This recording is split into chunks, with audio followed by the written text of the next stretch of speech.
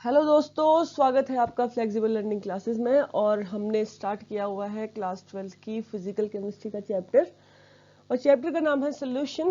तो इस पे देखिए, हमने जो हमारे कंसंट्रेशन टर्म्स थे सोल्यूशन चैप्टर में वो हम पढ़ चुके हैं। कंसंट्रेशन टर्म्स के बाद हमने लास्ट वीडियो में पढ़ा था वेपर प्रेशर। ठीक है, तो आज जो हमारा टॉपिक रहेगा सोल्यूशन चैप्टर के लिए वो रहेगा राउल्ट्स लॉ। ये एग्जाम पॉइंट ऑफ व्यू से भी बहुत इंपॉर्टेंट हो जाता है, और राउल्ट्स लॉ हम तभी सीख पाएंगे जब हमें वेपर प्रेशर के बारे में पता होगा।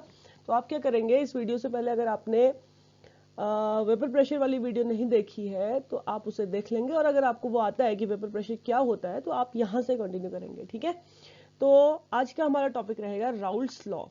देखिए, राउल्ट्स लॉ में जाने से पहले हम एक और टॉपिक, अपना हल्का छोटा सा टॉपिक है, इसे कवर करेंगे। और टॉपिक हमारा रहेगा vapour pressure of solutions containing two volatile liquids. देखिए, राउल्ट्स लॉ जो होता है कुछ ऐसे सॉल्यूशंस के लिए होता है जिसमें आप अगर दो चीजों को मिक्स कर रहे हैं, मतलब एक सोल्यूट और एक सॉल्वेंट आप ले रहे हैं। मान लीजिए ये सॉल्वेंट है, ठीक है, सॉल्वेंट ए है, और आप इसमें कोई सोल्यूट बी ऐड कर रहे हैं, तो राउल्ट लॉ जो होता है वो ऐसे सॉल्यूशंस के लिए होगा जिसमें ए और बी, यानी कि जिसमें सोल्यूट और सॉल्वेंट, वो दोनों ही क्या होने चाहिए, वो दोनों ही वॉलेटाइल लिक्विड होने चाहिए। आप समझ रहे हैं, हमारा टॉपिक है राउल्ट्स लॉ, है ना। तो राउल्ट्स लॉ ऐसे सॉल्यूशंस के लिए हम पढ़ते हैं जिसमें ए यानी कि सॉल्वेंट और बी यानी कि सोल्यूट, दोनों वॉलेटाइल लिक्विड्स, यानी कि जो आपका सोल्यूशन है, ये जो सोल्यूशन है वो क्या कंटेन करा हो, दोनों के दोनों जो लिक्विड्स हैं यानी कि सोल्यूट और सॉल्वेंट जो है वो दोनों क्या होने चाहिए, आपके वॉलेटाइल होने चाहिए नेचर में। मतलब कि देखिए, जो सोल्यूशन होता है आपको पता है वो सोल्यूशन सॉल्वेंट और सोल्यूट से मिलकर बनता है। तो हम क्या करेंगे, जब हम राउल्ट्स लॉ अप्लाई करेंगे किसी भी चीज में या राउल्ट्स लॉ पढ़ना चाहेंगे, तो हमारा सॉल्वेंट भी वॉलेटाइल होगा और हम सोल्यूट भी वॉलेटाइल ही लेंगे। यानी कि अब देखिए, हम हमेशा क्या करेंगे, अपने सॉल्वेंट को ए मान के चलेंगे। ठीक है, जब भी हम पढ़ेंगे तो हमारे लिए सॉल्वेंट ए होगा और सोल्यूट को हम बी मान के चलेंगे। तो अब हम आ जाते हैं अपने मेन टॉपिक पे। जो हमारा टॉपिक है आज के लिए वो है, हमारा टॉपिक है राउल्ट्स लॉ। तो देखिए, राउल्ट्स लॉ को समझने के लिए हम एक सोल्यूशन बनाते हैं। ये हमारे सिलेबस में जो सोल्यूशन है वो बाइनरी सोल्यूशन है, मतलब कि जिसमें दो कंपोनेंट्स हो, ए और बी, एक सोल्यूट दूसरा सॉल्वेंट। ठीक है, तो हम एक सोल्यूशन बना रहे हैं राउल्ट लॉ के लिए, और इस सोल्यूशन में हम क्या करेंगे, इस सोल्यूशन को जिस बीकर में हम रखेंगे, मान लीजिए अभी फिलहाल हमने एक बीकर बनाया, इस बीकर में क्या है, इस बीकर में लिक्विड ए है। ए यानी कि हम सॉल्वेंट मान के चल रहे हैं, आप याद रखिएगा, ए हम सॉल्वेंट मान के चलेंगे, बी को हम सोल्यूट मान के चलेंगे। ठीक है, कोई बीकर है, उसमें एक प्योर लिक्विड ए है जिसे हम क्या मान के चल रहे हैं, जो हमारे लिए सॉल्वेंट होगा। एक दूसरा बीकर है, क्लोज कंटेनर में हमने अब दूसरा जो लिक्विड रखा है वो भी क्या होना चाहिए, वॉलेटाइल लिक्विड होना चाहिए, और इस लिक्विड का नाम हम रखेंगे बी, और यहाँ पे ये क्या होगा, आपका प्योर लिक्विड बी। ये हमारे लिए सोल्यूट रहे। हमने क्या किया, इनको मिक्स कर दिया। देखिए, जब हमने इनको मिक्स नहीं किया था, जब तक हमने इसको मिक्स नहीं किया था, तो ये ए जो है ये प्योर है और बी जो है वो भी प्योर है अपने आप में। ठीक है, तो देखिए, जब हम इन्हें हीट प्रोवाइड करेंगे, अगर मैं इस सॉल्वेंट को हीट प्रोवाइड करूं तो इसके सरफेस से क्या होगा, जो इसके सरफेस पे ए के पार्टिकल्स हैं वो इवेपोरेट होंगे। इवेपोरेट होने के बाद सरफेस के ऊपर क्या, वेपर प्रेशर को डेवलप करेंगे। ठीक है, वेपर प्रेशर क्या होता है, सरफेस के ऊपर जो वेपर प्रेशर डेवलप करता है इक्विलिब्रियम के कंडीशन में, उसे वेपर प्रेशर कहते हैं। तो ये जो वेपर प्रेशर होगा उसे हम किस तरीके से रिप्रेजेंट करेंगे, P not a. P not a क्या है, vapour pressure of pure liquid A. ठीक है, what is P not a.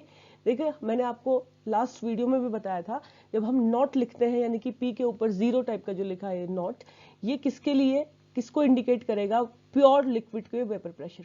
ऐसे ही पी नॉट बी भी होगा, बी के पार्टिकल्स को या बी वाले बीकर को आप हीट प्रोवाइड करेंगे, टेम्परेचर प्रोवाइड करेंगे, तो बी के पार्टिकल्स भी वॉलेटाइल लिक्विड है तो इवेपोरेट होंगे, और सरफेस के ऊपर जो वेपर डेवलप होगा वो क्या करेगा, एक वेपर प्रेशर को क्रिएट करेगा इक्विलिब्रियम के कंडीशन में। Vapour pressure of pure liquid B होगा, जिसे आप पी नॉट बी से रिप्रेजेंट करेंगे। तो मैंने यहाँ पी नॉट बी भी लिख दिया। पी नॉट बी क्या है, P नॉट बी है vapour pressure of pure liquid B. B हमारे लिए सोल्यूट है और ए हमारे हम एज्यूम करके चल रहे हैं कि वो सॉल्वेंट है, ठीक है।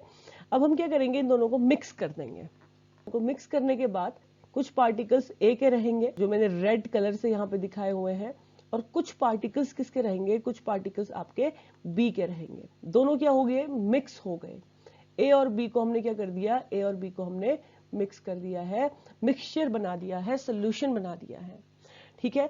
अब इस केस में जब आपने प्योर लिक्विड ए लिया था तो ये पी नॉट ए बना था, है ना। जो वेपर प्रेशर क्रिएट हुआ था वो प्योर लिक्विड का था, इसमें बी मिक्स नहीं था। या फिर बी का वेपर प्रेशर जब हमने देखा था तो उसमें ए मिक्स नहीं था, तो ये प्योर वेपर प्रेशर था, लिक्विड का प्योर लिक्विड का वेपर प्रेशर था, जिसे आप पी नॉट ए और पी नॉट बी से रिप्रेजेंट कर रहे थे। समझ रहे हैं बात को। पी नॉट ए और पी नॉट बी का मतलब था कि जब प्योर थी चीजें, जब उनमें कोई भी इम्प्योरिटी यानी कि ए में बी नहीं डाला गया था और बी में ए नहीं डाला गया था। अब हम सोल्यूशन की बात कर रहे हैं। जब आप सोल्यूशन की बात कर रहे हैं तो ए और बी जो है वो आपस में मिक्स हो चुके हैं। अब ये सोल्यूशन आपका बन चुका है, और अब आप जब इसको हीट प्रोवाइड करेंगे, इस सोल्यूशन को जब आप टेम्परेचर प्रोवाइड करेंगे, तो ए से भी प्रेशर क्रिएट होगा और बी के पार्टिकल भी इवेपोरेट होंगे, ए के पार्टिकल्स भी इवेपोरेट होंगे, दोनों से ही प्रेशर क्रिएट होगा। ए के पार्टिकल से जो प्रेशर क्रिएट होगा आप उसे पी नॉट नहीं लिखेंगे, क्योंकि अब इस ए में बी भी मिक्स हो चुका है, तो इसे हम क्या लिखेंगे, इसे हम सिर्फ पी ए लिखेंगे, नॉट नहीं आएगा, नॉट प्योर के लिए आता है। और ये जो पी ए होता है इसे आप पार्शियल वेपर प्रेशर कहेंगे, पार्शियल वेपर प्रेशर। ऐसे ही जो बी के पार्टिकल्स ने प्रेशर को क्रिएट किया है सरफेस के ऊपर, उसे आप partial vapour pressure of B बोलेंगे, पी बी बोलेंगे, ठीक है। क्या लिखेंगे, partial vapour pressure of B, ठीक है। और इस सोल्यूशन का जो टोटल प्रेशर आएगा, टोटल वेपर प्रेशर कितना हो जाएगा, partial vapour pressure of A plus partial vapour pressure of B. ये जो है आपका partial vapour pressure of A in solution है, ठीक है। और ये जो बी है, पीबी है, वो partial vapour pressure of be in solution है। सोल्यूशन में बी का पार्शियल वेपर प्रेशर है, ठीक है। और ये क्या है, ये चीज आपकी पीटी यानी कि टोटल वेपर प्रेशर है सोल्यूशन का, ठीक। अब क्या हुआ, राउल्ट ने प्योर ए लिक्विड और प्योर बी लिक्विड को मिक्स किया, और वो इस सोल्यूशन की बात करते हैं। याद रखिएगा, राउल्ट जो है वो सोल्यूशन की बात करते हैं जिसमें ए और बी कंपोनेंट होंगे। ए और बी कंपोनेंट भी कौन से होंगे, जो वॉलेटाइल होंगे नेचर में, ठीक है। और राउल्ट क्या कहते हैं कि जो ये पी ए आप निकाल रहे हैं, यानी कि पार्शियल वेपर प्रेशर ऑफ ए, किसमें, सोल्यूशन में, ठीक है। Partial vapour pressure of A in solution is directly proportional to mole fraction of A। Raoult के अकॉर्डिंग क्या है, जो पार्शियल वेपर प्रेशर है, जो ये PA होता है, वो मोल फ्रैक्शन ऑफ A के इक्वल होता है सोल्यूशन में, ठीक है। और ऐसे ही partial vapour pressure of B जो होता है वो मोल फ्रैक्शन ऑफ B के इक्वल होता है, ठीक है। ये अकॉर्डिंग टू राउल्ट है। Partial vapour pressure of each component is directly proportional to its mole fraction, Raoult ये कहते हैं, ठीक है।